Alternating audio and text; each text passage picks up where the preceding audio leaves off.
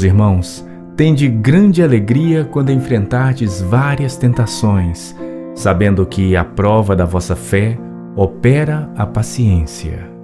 Tenha, porém, a paciência a sua obra perfeita, para que sejais perfeitos e completos, sem faltar coisa alguma. E se algum de vós tem falta de sabedoria, peça a Deus, que a todos dá liberalmente e o não lança em rosto, e ser-lhe-á dada. Peça, porém, com fé, em nada duvidando, porque o que duvida é semelhante à onda do mar, que é levada pelo vento e lançada de uma para outra parte. Não pense tal homem que receberá do Senhor alguma coisa. O homem de ânimo dobre é inconstante em todos os seus caminhos. Mas glorie-se o irmão abatido na sua exaltação e o rico em seu abatimento, porque ele passará como a flor da erva. Porque sai o sol com ardor, e a erva seca, e a sua flor cai, e a formosa aparência do seu aspecto perece. Assim se murchará também o rico em seus caminhos. Bem-aventurado o homem que suporta a tentação, porque, quando for provado, receberá a coroa da vida, a qual o Senhor tem prometido aos que o amam. Ninguém sendo tentado diga: de Deus sou tentado, porque Deus não pode ser tentado pelo mal e a ninguém tenta. Mas cada um é tentado quando atraído e engodado pela sua própria concupiscência.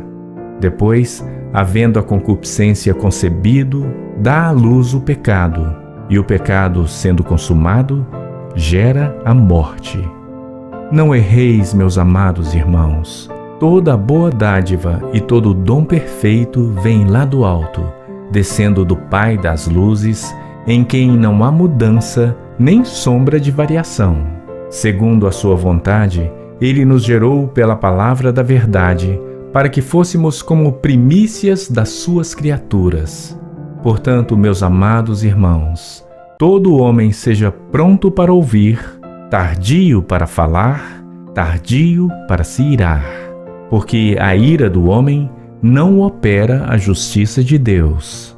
Por isso, rejeitando toda a imundícia e superfluidade de malícia, recebei com mansidão a palavra em vós enxertada, a qual pode salvar as vossas almas. E sede cumpridores da palavra, e não somente ouvintes, enganando-vos a vós mesmos. Porque, se alguém é ouvinte da palavra e não cumpridor, é semelhante ao homem que contempla ao espelho o seu rosto natural. Porque se contempla a si mesmo e vai-se, e logo se esquece de como era. Aquele, porém, que atenta bem para a lei perfeita da liberdade, e nisso persevera, não sendo ouvinte esquecidiço, mas fazedor da obra, este tal será bem-aventurado no seu feito. Se alguém entre vós cuida ser religioso, e não refreia a sua língua, antes engana o seu coração, a religião desse é vã.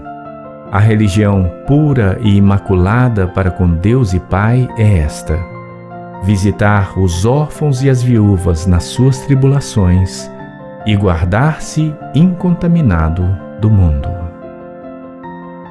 Tiago, capítulo 2. Meus irmãos, não tenhais a fé de nosso Senhor Jesus Cristo, Senhor da glória, em acepção de pessoas. Porque, se no vosso ajuntamento entrar algum homem com anel de ouro no dedo, com trajes preciosos, e entrar também algum pobre com sórdido traje, e atentardes para o que traz o traje precioso, e lhe disserdes: assenta-te tu aqui num lugar de honra, e disserdes ao pobre: tu, fica aí em pé, ou assenta-te abaixo do meu estrado. Porventura, não fizestes distinção entre vós mesmos, e não vos fizestes juízes de maus pensamentos? Ouvi, meus amados irmãos. Porventura não escolheu Deus aos pobres deste mundo para serem ricos na fé e herdeiros do reino que prometeu aos que o amam? Mas vós desonrastes o pobre. Porventura não vos oprimem os ricos e não vos arrastam aos tribunais? Porventura não blasfemam eles o bom nome que sobre vós foi invocado? Todavia, se cumprirdes conforme a Escritura, a lei real, amarás a teu próximo como a ti mesmo, bem fazeis. Mas, se fazeis acepção de pessoas, cometeis pecado e sois condenados pela lei como transgressores. Porque qualquer que guardar toda a lei e tropeçar em um só ponto, tornou-se culpado de todos.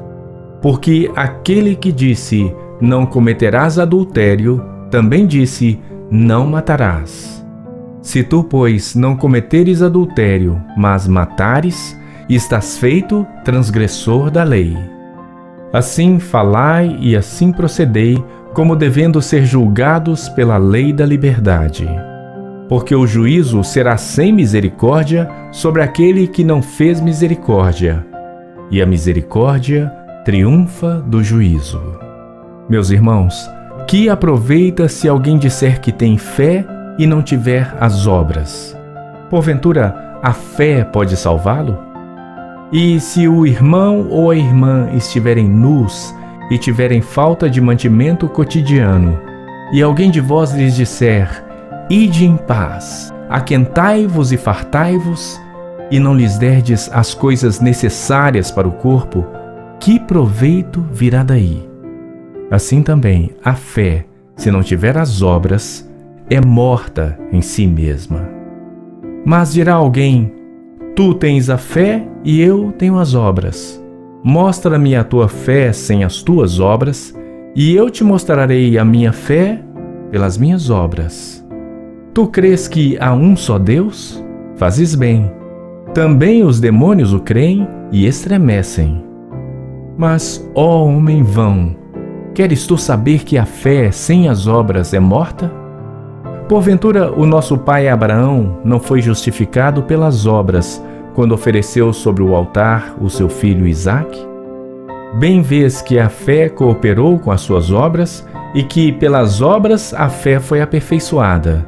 E cumpriu-se a Escritura que diz, e creu Abraão em Deus, e foi-lhe isso imputado como justiça, e foi chamado o amigo de Deus.